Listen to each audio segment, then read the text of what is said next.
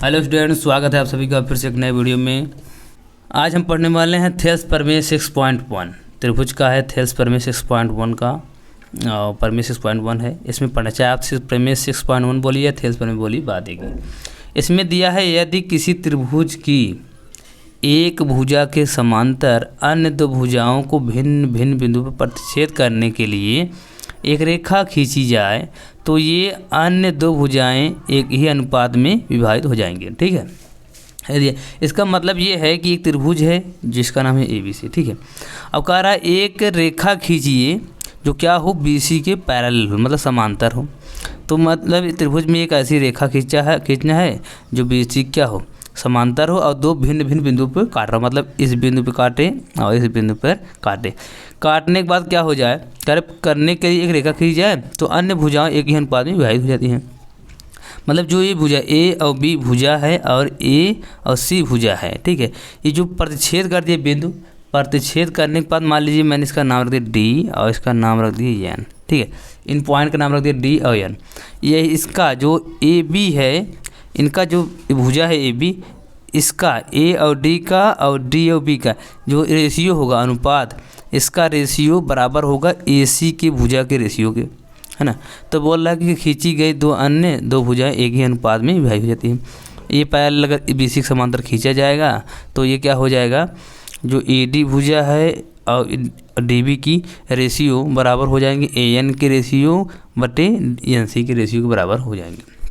ये बोला, मतलब इस भुजा का रेशियो और इस भुजा का रेशियो क्या हो जाएंगे, बराबर हो जाएंगे, ये इसमें कहा है।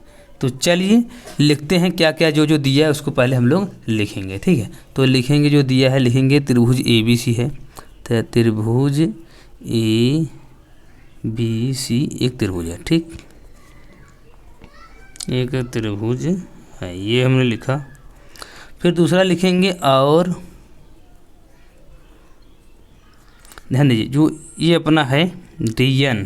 ठीक है, DN जो है अपना BC क्या होगा, DN जो है अपना BC की क्या है, पैरेलल है, मतलब समांतर है। ठीक है, समांतर है, जो क्या कर रहा है, D और N, मतलब AB के D पॉइंट पर और AC के N पॉइंट पर प्रतिच्छेद कर रहा है।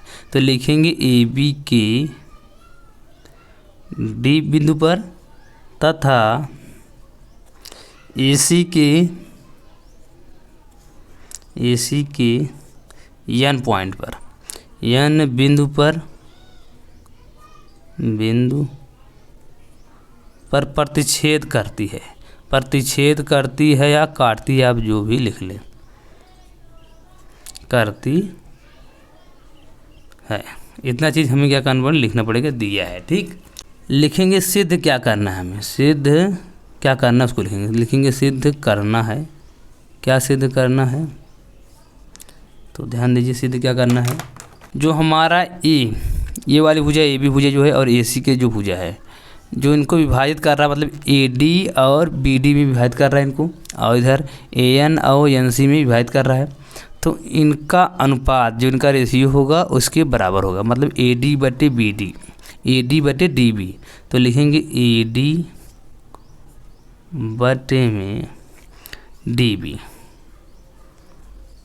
इनका अनुपात बराबर होगा इसके AN बटे NC के, AN बटे NC के बराबर होगा। ये हमें बोला है सिद्ध करने के लिए। ठीक, अब इसके बाद लिखेंगे रचना, कुछ करना पड़ेगा जो आपको याद रखना है ज़रूरी। तो चलिए रचना करते हैं इसका। तो हम रचना करेंगे, लिखेंगे का पहले रचना कर ही लगे तब इसके बाद लिखते हैं। तो हम D और C को मिलाएंगे। ठीक, तो यहाँ पे होगा D और C को मिलाया, फिर इसके बाद D और B को मिलाया, D और B को मिलाया, और एक और रचना करनी पड़ेगी हम लोग को, यहाँ से एक रचना करनी पड़ेगी। N को AD पर एक लंब खींचा, N से DB पर एक लंब खींचा।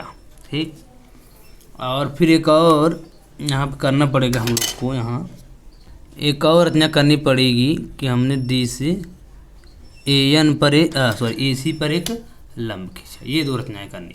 जो हमने इसको यहाँ से मिलाया है, इसको इधर से मिलाया है, इनका हम लोग नाम लिखेंगे। तो जो हमने डी से एक लंब खींचा AC पर, इसका नाम रखेंगे M, ठीक। और जो हमने N बिंदु से A और B पर लंब खींचा है, उसका नाम रखेंगे E, ठीक। ये लंब अगर खींचा गया है तो 90 डिग्री कोण बनाएंगे, दोनों साइड से 90 डिग्री कोण बनाएंगे, ठीक। तो ये मैंने पहचान के लिए लिख दिया, ठीक। अब रचना में जो हमने किया है वो लिखेंगे, रचना में क्या क्या हमने किया है। तो रचना में हम लोग लिखेंगे, पहला पॉइंट लिखेंगे ये B को N से मिलाया, तो लिखेंगे B बिंदु से एक N को मिलाया, सीधा B को N से तथा C को D से मिलाया, तथा C को D बिंदु से मिलाया, ठीक। ये हो गया। फिर दूसरा पॉइंट लिखेंगे, हमने लंब खींचा किस पे, AB भुजा पे मैंने एक लंब खींचा, EN कहिए या NE, बात एक ही है। तो लिखेंगे, क्या लिखेंगे, NE लिखेंगे।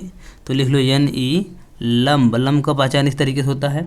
तो हम लोगों ने लंब खींचा किस पे, AB पर, तथा एक और लंब खींचा है DM किस पे, AC पर। तो लिखेंगे DM लंब खींचा किस पे, AC पर, लिख सकते हो आप लंब खींचा। ये हमने रचना करना है, ये हमेशा याद रखिएगा, ये रचना किया गया है, तभी आपकी परीक्षा में आएगा। अब जब याद रहेगा थोड़ा बहुत तो आप कर सकते हैं, ठीक। अब फिर इसके बाद हम लोग क्या करेंगे, अब इसकी उपपत्ति लिखेंगे, अब हल करेंगे। उपपत्ति मतलब हल करिए, उपपत्ति लिखिए या हल की बात एक ही है, ठीक। तो चलिए लिखते हैं। अब इसमें ध्यान देने वाली बात यह है, जो हमारा त्रिभुज ABC है ना, तो इसमें बोला है कि जो जो AB भुजा है और AC भुजा है, इनका जो रेशियो है, इस साइड का इन दो भुजाओं का रेशियो जो है, रेशियो क्या है, समान है, बराबर है। जो हमने यहाँ पे लिखा है सिद्ध करने के लिए, AD बटे DB और AN बटे NC, इनको क्या करना है, बराबर सिद्ध करना है, ठीक। तो हम क्या करेंगे, दो त्रिभुज लेंगे और उनका क्षेत्रफल निकालेंगे,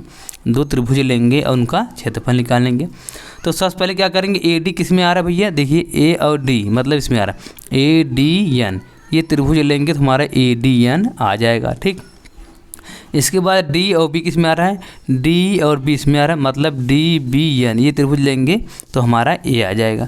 तो हम इन दोनों का क्षेत्रफल निकालेंगे और हम लोग अभी से इनका अनुपात लेके चलेंगे, बाद में नहीं 1 2 3 4 समीकरण बना के तब इसके बाद भाग दे तब अनुपात हूँ, मैं डायरेक्ट सीधा ही ले चल रहा हूँ।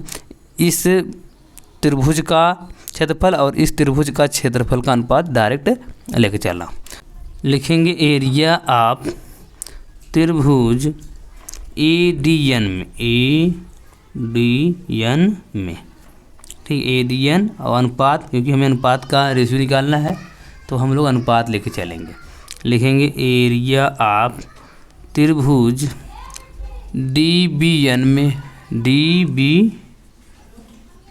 ठीक।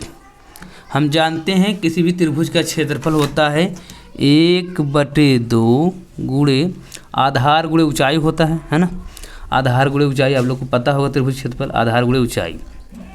तो ध्यान दीजिए, इसमें हम लोग करेंगे क्या, 1/2 आधार कौन हो जाएगा अपना, देखिए A और D, ये अपना आधार होगा क्योंकि ये लंब है ना, इससे हमने कर्ण हो जाएगा, ये देखो ये लंब है 90 डिग्री बन जाएगा, इधर सामने वाले ये भुजा जो DN भुजा हो जाएगी, क्या हो जाएगी, कर्ण हो जाएगी ना, ये क्या हो जाएगा, लंब। तो ये आधार ही हो जाएगी, ये लंब है तो ये आधार हो जाएगी। तो लिखेंगे AD गुणे लंब जो होता है अपना, लंब, ये जो लंब है ये क्या है, अपना आधार है। लंब जो होता है वही ऊंचाई होता है, सॉरी, जो ये लंब है वो क्या होता है, अपना ऊंचाई होती है। तो देखिए त्रिभुज मैंने ADN लिया, इसमें आधार अपना है A और D, और क्या कहते हैं जो लंब है ये EN, ये अपना हो जाएगा ऊंचाई, ठीक। तो इसका गुणा करेंगे, लिखेंगे EN, E और N, फिर बाटे में क्या लिखेंगे, ध्यान दीजिए। अब त्रिभुज DBN देखेंगे, DBN। अब देखिए जो त्रिभुज DBN है, इसमें ये देखिए इसकी जो ऊंचाई होगी ये होगी, क्यों, क्योंकि ये जो ऊंचाई है, ये ऊंचाई अपनी ऊंचाई नहीं है, बल्कि ये तिर्यक ऊंचाई हो जाएगी। अगर देखेंगे यहाँ से मिला के ई एन बी, तो जो ई एन है ये क्या होगा, ऊंचाई होगी। तो यहाँ लिखेंगे 1/2 गुणे आधार। देखिए आधार अपना हो जाएगा डी बी, ये अपना आधार होगा। ये क्या होगा, लंब होगा, इसके सामने वाला हो जाएगा क्या, कड़ हो जाएगी, कड़ हो जाएगा। तो आधार अपना कौन होगा, डी और बी, या बी डी लिखी जाए डी बी। तो हमें डी और बी चाहिए तो डी बी लिखेंगे डी और बी गुणे ऊंचाई अपना कौन होगा, यही ई एन ही ऊंचाई होगी। ठीक, यही ऊंचाई होगी अपनी। तो लिखेंगे ई एन। यहाँ तक समझ में आया आप लोग को। देखिए अब यहाँ से 1/2 और 1/2 कैंसिल हो जाएंगे, और ई एन कैंसिल हो जाएगा, तो बचेगा हमारा ए डी अपान डी बी बच जाएगा भैया। तो बचेगा हमारा ए डी अपान डी बच जाएगा। ये समीकरण 1 में लिख लीजिए इसे। ये समीकरण 1 हमारा हो गया। ये देखो डी है, गड़बड़ बन रहा है, तो डी बी। ठीक, ये हो गया। इस त्रिभुज को ले लिए। अब क्या करेंगे, दूसरा त्रिभुज लेंगे। इसी प्रकार लिखेंगे, इसी प्रकार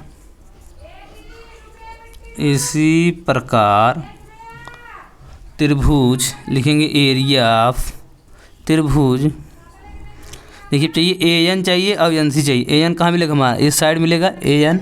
यहाँ से देखिए जो हमारा त्रिभुज में ए एन चाहिए, पहले ए एन यहाँ मिलेगा, तो ए एन ये चाहिए, और एन सी भी इसी साइड मिलेगा। तो हम क्या करेंगे, इसी ए डी एन फिर ये त्रिभुज निकालेंगे, और इस बार ये वाला आधार लेंगे और ये वाला लंब लेंगे। ठीक, तो ए एन और एन सी यहीं मिलेंगे। तो लिखेंगे त्रिभुज ए डी एन। ठीक, त्रिभुज एरिया ऑफ त्रिभुज ए डी एन और एरिया ऑफ त्रिभुज एन सी डी में। तो इनका क्षेत्रफल निकालेंगे, दोनों का क्षेत्रफल निकालेंगे 1/2 गुणे आधार। आधार जो होगा अपना वो लिखेंगे ऊंचाई। ठीक, और बटे में वही 1/2 इसका भी होगा, तो 1/2 गुणे आधार। आधार अपना होगा ए एन। देखिए यहाँ से ए एन, ये मैंने ए डी एन त्रिभुज लिया है, इस साइड का अब निकालना है। तो ए एन जो होगा अपना क्या होगा, आधार होगा। इसी भी क्या है कि लंब डाली गई हुई, ये है ना, ये लंब डाली हुई, ये जो लंब है अपना ऊंचाई है। ठीक, ये लंब जो है क्या है, अपना ऊंचाई है। तो ध्यान दीजिए, लिखेंगे ए एन गुणे ऊंचाई अपनी कितनी है, डी एम। ठीक है, डी और एम अपनी ऊंचाई है।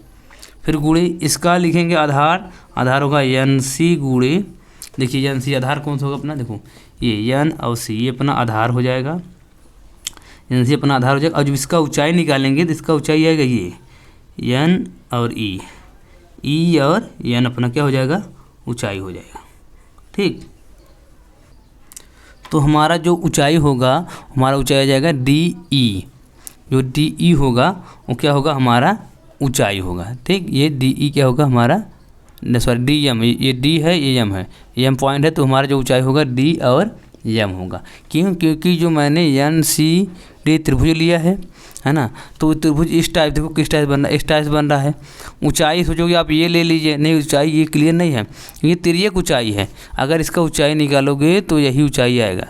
तो जो ये डी एम है ये अपना क्या है, ऊंचाई है, और त्रिभुज एन सी अपना क्या आधार है। कभी कभी आप लोग सोच रहे होंगे सर ये भी आधार में ये नहीं लेते एम एन सी, क्योंकि ये तो यहाँ तक हम लोग ले रहे हैं ऊंचाई। नहीं भैया नहीं लेंगे, क्यों, क्योंकि एन सी डी ये त्रिभुज है अपना, त्रिभुज में ऐसे लेना है। ऊंचाई हमें एग्जैक्ट चाहिए, अगर ये ऊंचाई लेंगे तो ये ऊंचाई हो जाएगा, इसीलिए ऊंचाई ये लेना पड़ेगा। त्रिभुज एन सी डी की बात हो रही है तो एन सी आधार होगा। ठीक है, तो एन सी गुणे डी एम अपना क्या होगा, ऊंचाई होगा। तो यहाँ लिखेंगे डी एम। ठीक, अब देखिए यहाँ पर देखने वाली बात है, हमने पहली बार जब एरिया निकाला तो ए डी बटे बी डी, ए डी बटे डी बी लिया, तो हमने ए डी बटे डी बी यहाँ से डायरेक्ट लिया। और ध्यान दीजिए दूसरी बार निकाल ए एन बटे एन सी लिया, ए एन बटे एन सी। तो आप डायरेक्ट इसे क्या करना, ऐसे रख दीजिएगा, और बाकी जो आपकी लंब जो आपने खींचा है वही आपकी ऊंचाई वो उसको गुणा कर देना, बस यही करना है। तो यहाँ पर डी एम कट जाएगा और 1/2 कट जाएगा, तो बचेगा A N upon N C. ये समीकरण 2 है अपना। ठीक, अब यहाँ पे लिखेंगे कुछ पॉइंट ये लिखेंगे हम लोग, जो त्रिभुज अपना डी बी एन है और एन सी डी एक ही आधार पर है। तो यहाँ देखिए त्रिभुज अपना ये DBN, ये त्रिभुज DBN ये अपना त्रिभुज है ना, ये अपना त्रिभुज है। और जो आपका NCD त्रिभुज बना है ये क्या है, एक ही आधार पर स्थित है, मतलब ये वाला DN पर स्थित है, ठीक, ये बोलना ये स्थित है। तो इस हिसाब से क्या हो जाएगा, तो समांतर रेखाओं BC और DN के बीच हैं, बीच बने दो त्रिभुज हैं। तो ध्यान दीजिए, तो क्या है, DN और BC एक समांतर रेखा है, इनके बीच हमारा क्या बन रहा है, त्रिभुज बन रहा है, DBN और NCD त्रिभुज बन रहा है। तो ध्यान दीजिए, जो जब कभी ऐसी आता है सिस्टम ये कि किसी समांतर रेखा के बीच में दो त्रिभुज बनते हैं, दो त्रिभुज या कई त्रिभुज बने, चाहे जितने त्रिभुज बन जाएं, सभी जो क्षेत्रफल होते हैं, क्षेत्रफल वो बराबर होते हैं, ठीक है। अगर इसका क्षेत्रफल इसके बराबर होगा, इसका क्षेत्रफल इसके बराबर होगा, मतलब एक दूसरे के बराबर नहीं, सभी क्षेत्रफल क्या होंगे, एक दूसरे के बराबर होंगे। तो यहाँ भी DN और BC क्या है, एक समांतर रेखा है और इनके बीच बन रहा है त्रिभुज, एक ये त्रिभुज बन रहा है ये वाला, और दूसरा ये त्रिभुज बन रहा है। तो ये भी क्या होंगे, इनका क्षेत्रफल जो होगा वो भी बराबर होगा, ये बता रहा है। तो हम क्या कर सकते हैं, तो यहाँ लिख सकते हैं हम लोग, अतः त्रिभुज DBN बराबर होगा त्रिभुज NCD के। क्यों होगा, क्योंकि ये समांतर रेखा के बीच बने त्रिभुज हैं, इसीलिए बराबर होंगे। इसे हम समीकरण 3 कर देते हैं, ठीक। अब क्या करेंगे, हमने देखा यहाँ पे एरिया ADN और NCD का जो मान आया है, समीकरण 2 है AN/NC। क्या हम NCD की जगह DBN लिख सकते हैं, DBN लिख सकते हैं, ज़रूर लिख सकते हैं। तो यहाँ लिखेंगे एरिया ऑफ त्रिभुज ADN बटे एरिया ऑफ त्रिभुज, देखो अब NCD जगह लिखना है हमें क्या, DBN, तो DBN लिखेंगे और ये बराबर किसके हैं, AN/NC के, AN/NC के, ठीक। अब इस प्रकार से अब देखेंगे समीकरण 1 अपना, तो ADN/DBN है और ये भी ADN/DBN है, ठीक।